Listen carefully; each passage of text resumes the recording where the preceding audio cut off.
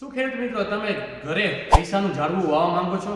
તેના માટે આપણે શું કરવું પડશે? એક આધુનિક ખેતી કરવી પડશે ને એના માટે આપણે જે જૂની પદ્ધતિથી કરી છે ખેતી એ તો બરોબર જ છે.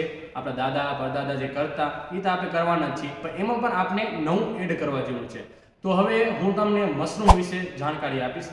તમે મારા જો આગળ 3 વિડીયો જોયા હશે તો આપણે મશરૂમ વાવવાનું તૈયારી કરી નાખી છે.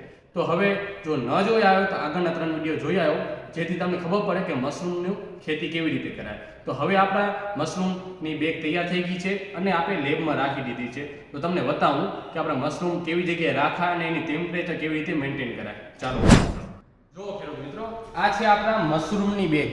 આપણે આને 3 વિડીયોમાં જોયું એ પ્રમાણે તૈયાર કરી અને લેબમાં રાખી દીધી છે. હવે એના માટે આપણે આ સ્ટ્રક્ચર બનાવ્યું છે. આપણી પાસે હમણાં અવેલેબલમાં વ્હાઇટ શીટ હતી, એટલે વ્હાઇટમાં હમણાં કવર કરીને રાખેલ છે. આમાં કોઈ પણ પ્રકારની મચ્છરી ના આવે એનું ધ્યાન રાખવું પડે, એટલે આ જાળી રાખેલી છે.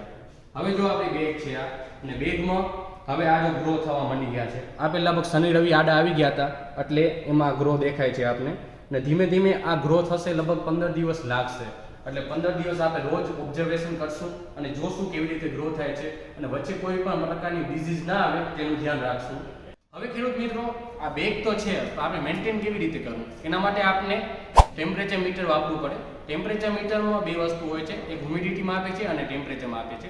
હવે ટેમ્પરેચર આપણે કેટલું રાખવું જરૂરી છે? આપણે 20 થી 25 સેલ્સિયસ ટેમ્પરેચર હોવું જોઈએ. ને હમણાં તો 24 સેલ્સિયસ છે અને શિયાળાનો ટાઈમ છે, એટલે મસ્ત મજાનું હમણાં આપણે ઓટોમેટિક કુલિંગ મળી જાય.